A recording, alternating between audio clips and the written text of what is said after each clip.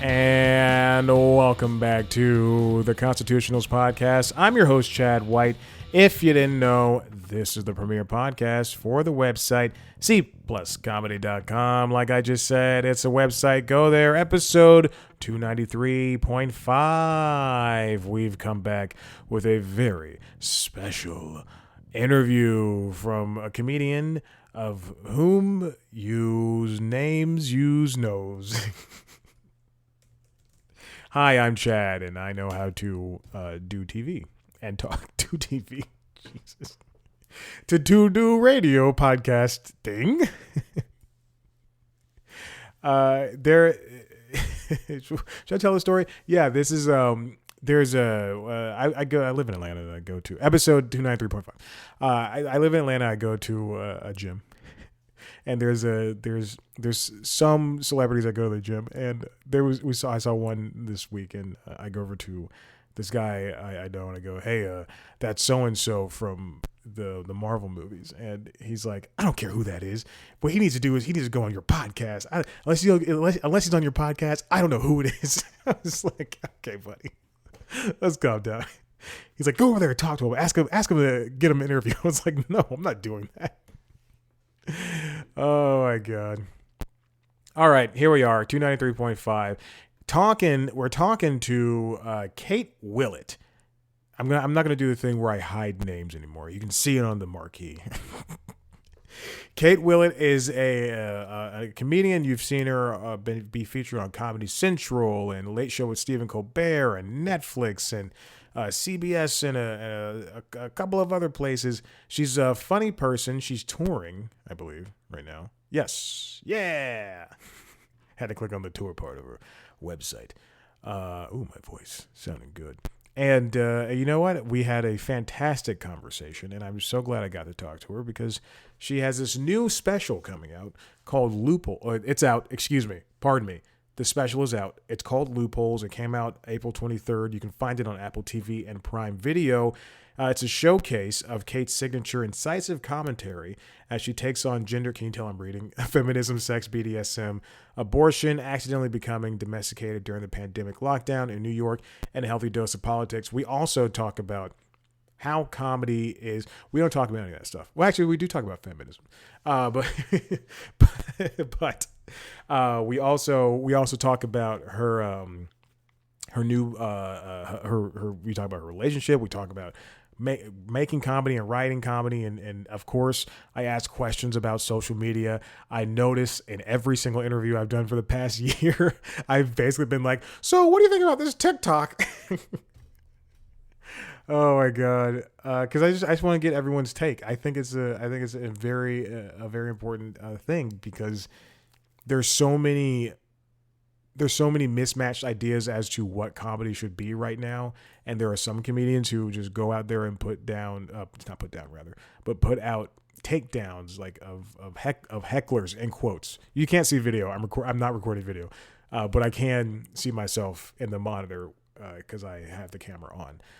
So I'm looking at myself as usual. If you've ever seen this show in video form, but it's so fascinating to me how some people do that, and also they do well, and then some people don't do that, and some people do that and they don't do well, and then so there's like two sides of that coin. It's like 50-50 on that. There's not someone doing medium. It's either you're doing well, you're putting out the heckler stuff, or you're doing not so well.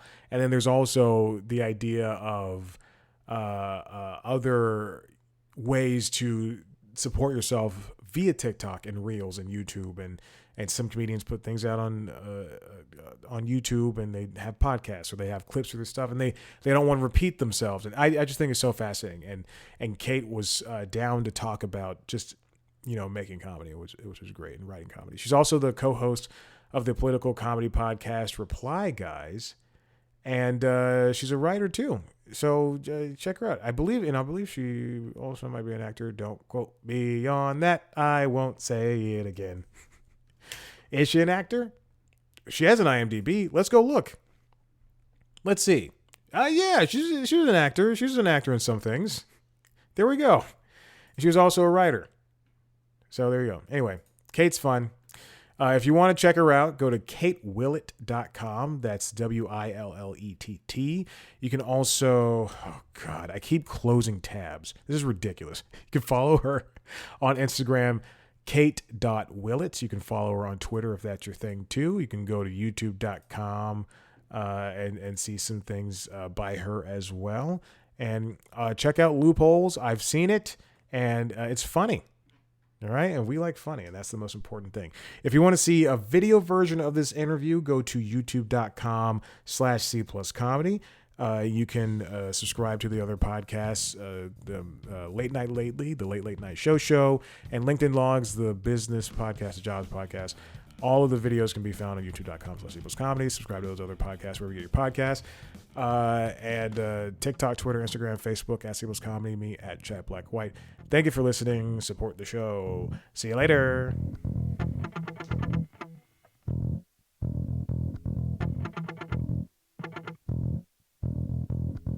Okay, thank you for joining me. I appreciate this. Thank you for having me. Yeah, of course. I saw a part of Loopholes, and I said I knew who you were, so I said, you know what, it's time to get Kate in here. Time to Oh my sit down gosh, and talk thank to you. her. Yeah, yeah. It's so interesting. I like it when somebody is able to put out a special, and yours looks so. Not saying that you're unprofessional, but it looks so well done, and you did such a good job on stage that it's just amazing to see you shine in a way that I know a lot of people. For is this your first one? Is this your first or your second one? So I did just like a 15-minute mini special with Netflix a few Okay. years back, and this is my first like hour-long special. Okay. Yeah. So like it's great to see somebody uh work in this first special as opposed to putting out an album and just kind of not hide behind without the video, but it just so many jokes work well with you on stage talking to an audience, and then we can see that. I love that aspect. Oh, thank you so much. Yeah, I have an album too. I did maybe I guess in 2017 I recorded an album, and that one's still up and available on Spotify and stuff. Right. It's called Glass Gutter, and I was really glad to kind of get to do like an audio one, before I was ready to do a special. And also like audio is a really cool medium as well, but this was definitely something that I don't think I would have been, ready for it, 5 years in or something like that. Yeah. I listened to that first one. I remember getting the press release around that time, 2017. And I checked it out around that time because that was like during a period where I was just like taking in so much stand up and seeing Yeah. who I liked and seeing who I didn't like and all that stuff. But when you were working on Loopholes, what was different than working on that first album compared to this special? Because it's been that's what 8 years ago. How much did you see yourself changing and putting in time and really developing jokes?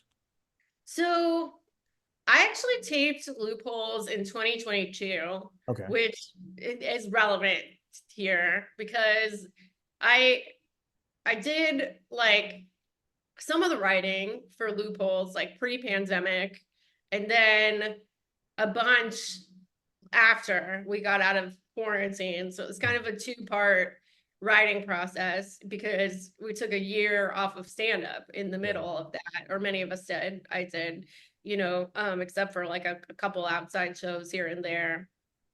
So, it was kind of like I think that break in the middle actually ended up being sort of creatively rejuvenating and important to me. It really made me kind of fall back in love with stand up. Like before the quarantine, I was going so hard, maybe Mhm. doing, 10 plus sets a week. And there's something about just like slowing down for a second that really made me kind of get back into writing. And, Sure. so by the time I taped Loopholes, I had been back touring for like maybe, I guess probably like almost a year and a half at that point, maybe like a year and change.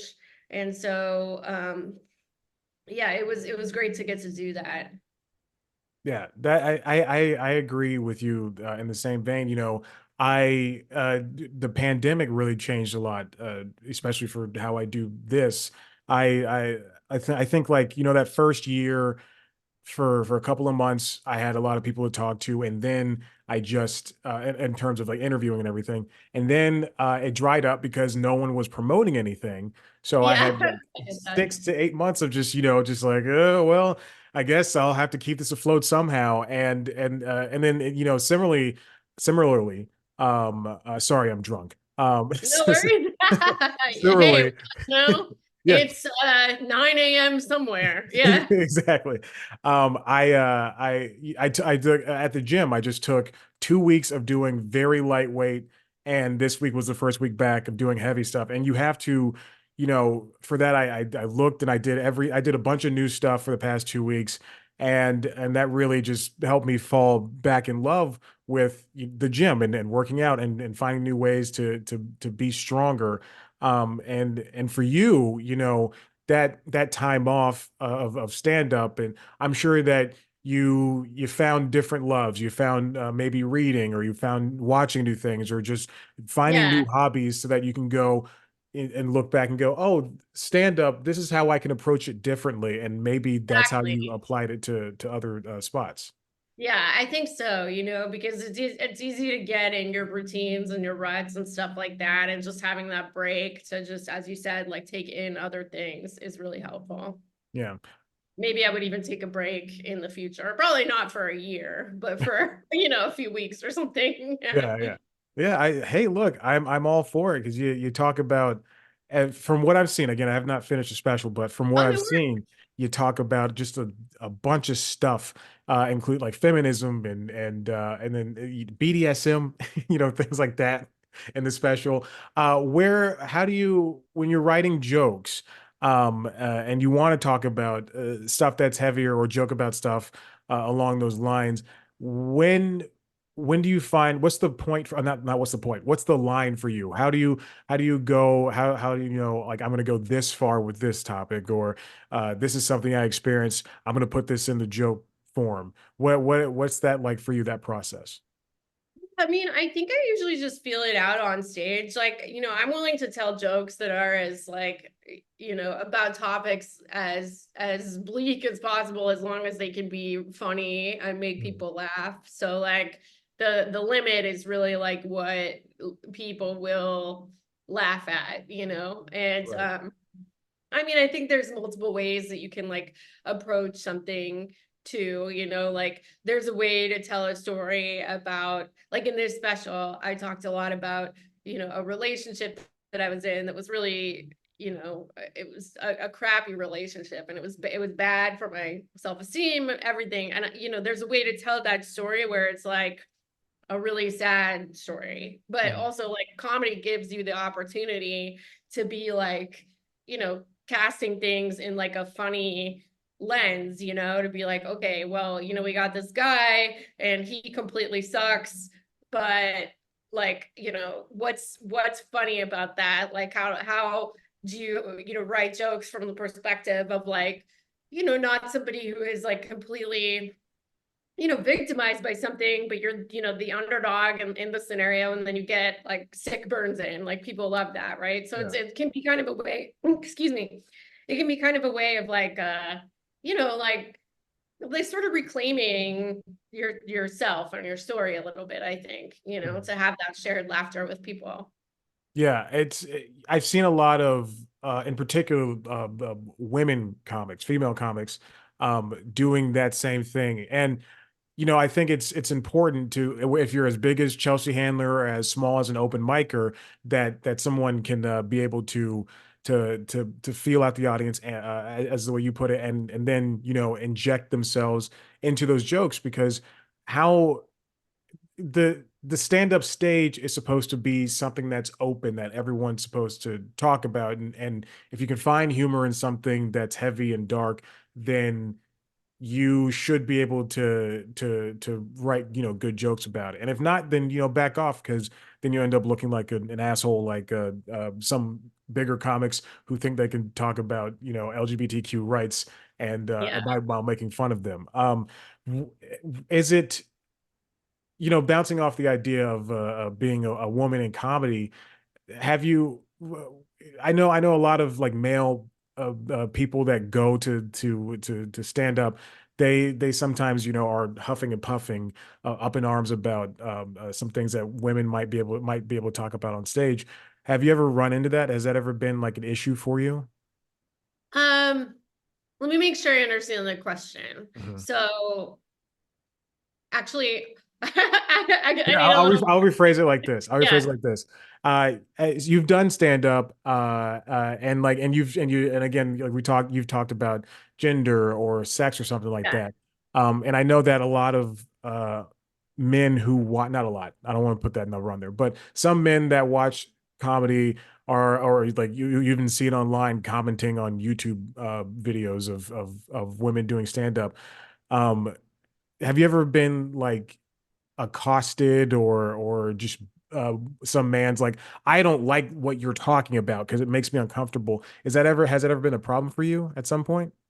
I mean, I think it's like constant, but I don't feel affected by it like the same Okay. way. Like I'll get a lot of comments, from men like online of like, oh, this woman is not funny at all. Like women aren't funny. Like she's so ugly. I would never have sex with her. Like, yeah, you would. But like, it's just I mean, like there's definitely a lot of like, men on the internet who get super mad that there's a woman talking, and I guess that's kind of always been something that I have, that has been a part of my life since I started stand up. And now that I'm thinking about it, I realize that's probably why I have a lot of jokes about incels, is because incels are very much the natural predator of Mm, female comedians, like yeah. they hunt us in the wild and they comment on our stuff. Yeah.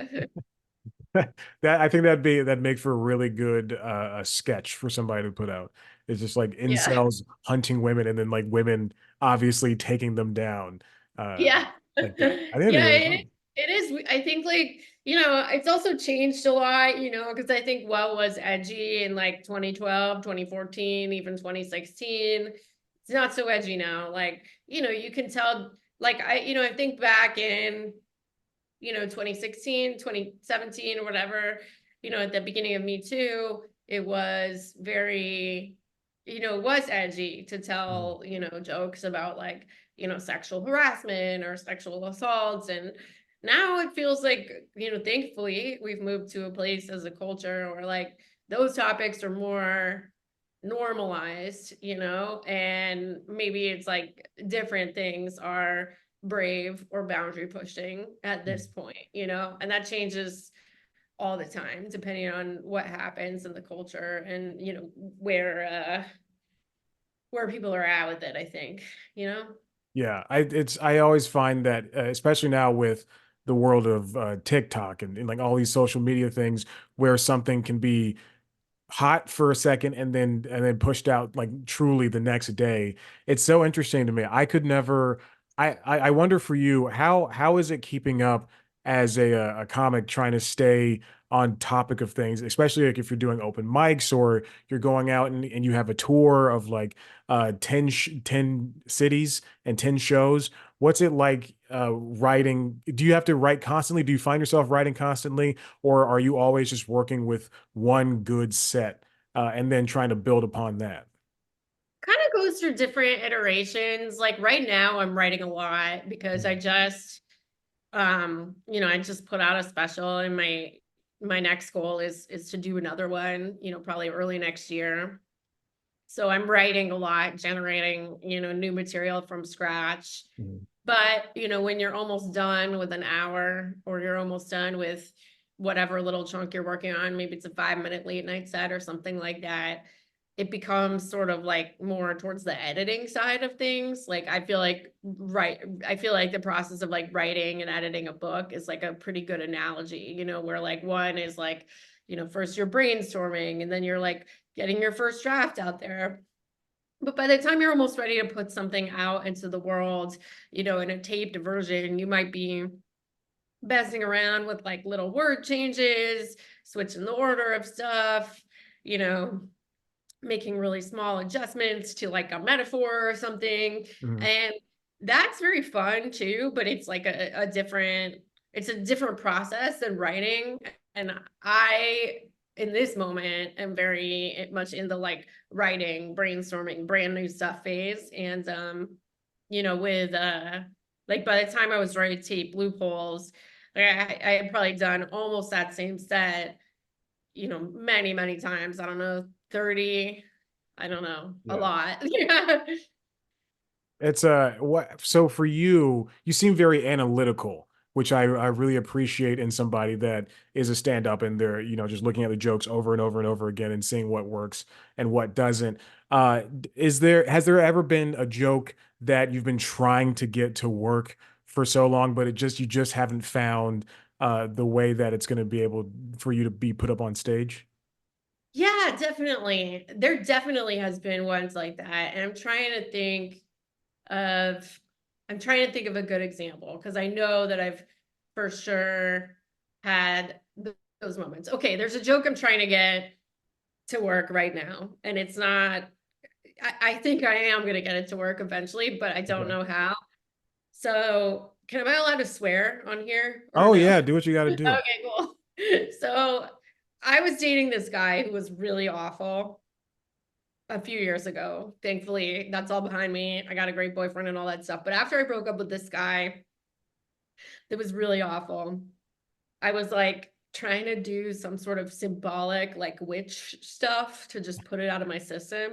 And Uh-huh. I decided to like experiment with doing a curse because that was like, I didn't really think it was real. I like mostly Mhm. thought it was funny. But it's like kind of hard to like think about what you want to curse someone with because I wasn't like into trying to curse someone with like death or illness or something like that. Right. So it's like, what if I cursed him with like a minor penis injury? I thought that would be fine. Nothing long term, nothing that was gonna ruin his life, fuck him up forever or whatever. Just put him on the bench for a Yeah. while. So I did this. I did a minor penis injury curse on this guy, totally forgot about it, moved on with my life, got another boyfriend, things were fine. And then I see one day on the internet on twitter.com or X, as it's now called, that this dude has posted a picture of his penis on the internet with a bunch of needles through it. Oh my 'Cause- God. Yeah, because he has apparently gotten like into some sort of dominatrix relationship where that's like part of what they do together. And I'm like, oh my God, I accidentally like manifested this, but like he seems to have met the love of his life or whatever.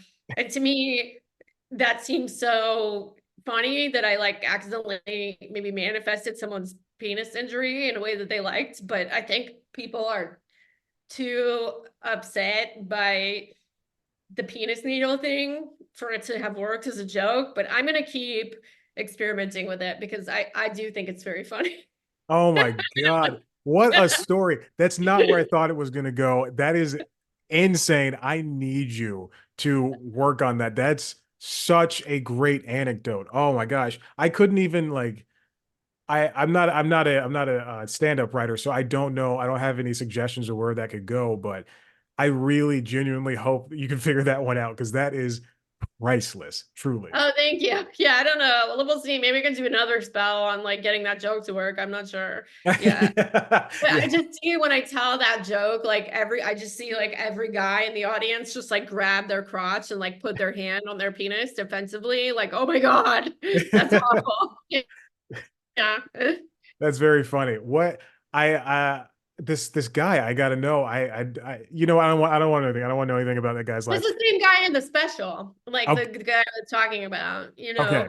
So I'm Yeah. like, I don't want to write about him forever. I'm totally over it. I don't even particularly resent that guy anymore. I'm really happy. I have a great boyfriend, but that guy was so funny because he was this mixture of like being kind of a really shitty, sexist, like very traditional Yeah. meathead dude, but also like obsessed with seeming like really like progressive and enlightened and like feminist, and like that combo to me feels so like emblematic of like where so many women are at, and you Mhm. know, this in their relationships at this point where there's like a guy that's like, oh, I'm actually gonna let you pay for me because like I want you to feel empowered, and it's like, wait a minute, you've done that 8 times in a row. I think you might just be a mooch. And then they're like, oh, how dare you? You know, so I don't know. Yeah. You know, like, yeah, I'm drinking all day because like I don't believe in capitalism and I don't want to like work for them. And I'm like, yeah, I don't believe in capitalism either, but like, are you an alcoholic? Mhm. I don't know.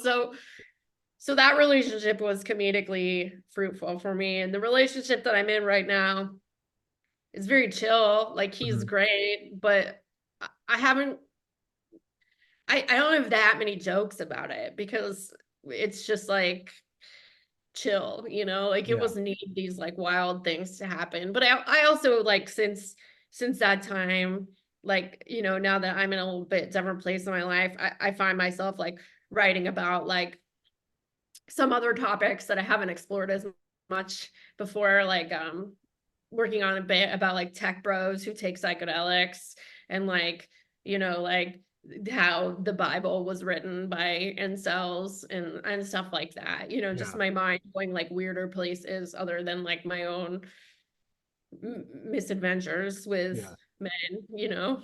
That I think that's also very good. That's a smart move before you become somebody who's obsessed with just trying to find the funny in a relationship. But you know, you could always just you and your current guy sitting on the couch watching TV or doing a puzzle or whatever. You could always turn to him and just like try to start some shit and just see what happens. Just try to provoke something. I do have one bit that I'm working on about him where he like loves sports. And I Okay. never thought I would date somebody who was like a dude who like watches a lot of sports, but like they actually make very good boyfriends because they're just like they're you know they're watching stuff and they're just like listening and they're just like sending emotionally supportive vibes to these men that they don't know. Yeah. You know? And Yeah. so it's like skills that end up coming in handy in a relationship, you know? Yeah, yeah.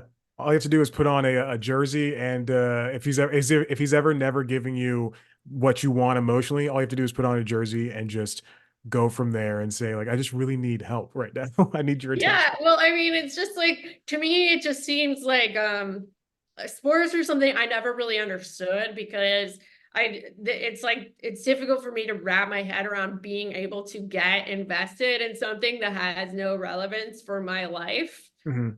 at all.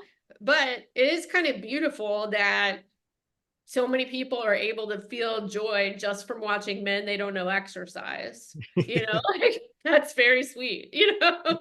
Yeah. That's a very succinct way to put it. That's just like now I'm going to be watching basketball tonight, thinking exactly that. Yeah. It's a simple joy. Yeah. Well, Kate, I don't want to take up too much more of your time. This has been a treat, a delight. You are a very funny person and you are so smart. And I loved hearing you talk about how you approach your comedy. And I'm so glad. I hope Loopholes does gangbusters for you because everybody should see it. Thank you so much. It's such a pleasure to meet you, and hopefully we'll get a chance to talk again sometime. Thank you. I hope so. Maybe next year after you shoot your next special. Um, so yeah, can I just say that it's on Amazon and Apple Mhm. TV? And also follow me on Instagram at kate.willett with two L's and two T's, because that's where I post all my tour dates. Two L's and two T's. All right. We got it. I appreciate it. Yeah, of The course. second T is the bane of my existence. It's like people are like always But it helps you stand out though. Oh, you froze. Oh my gosh. Oh, Just I lost it for a second. It froze for, but here we are. We're back. Yeah. yeah. Two L's, two T's. T is the bane of your existence. That's what I All heard. right. All right. Well, Kate, have a good rest of your day and congratulations on the new special. Thank you so much. See you later. See Bye. ya.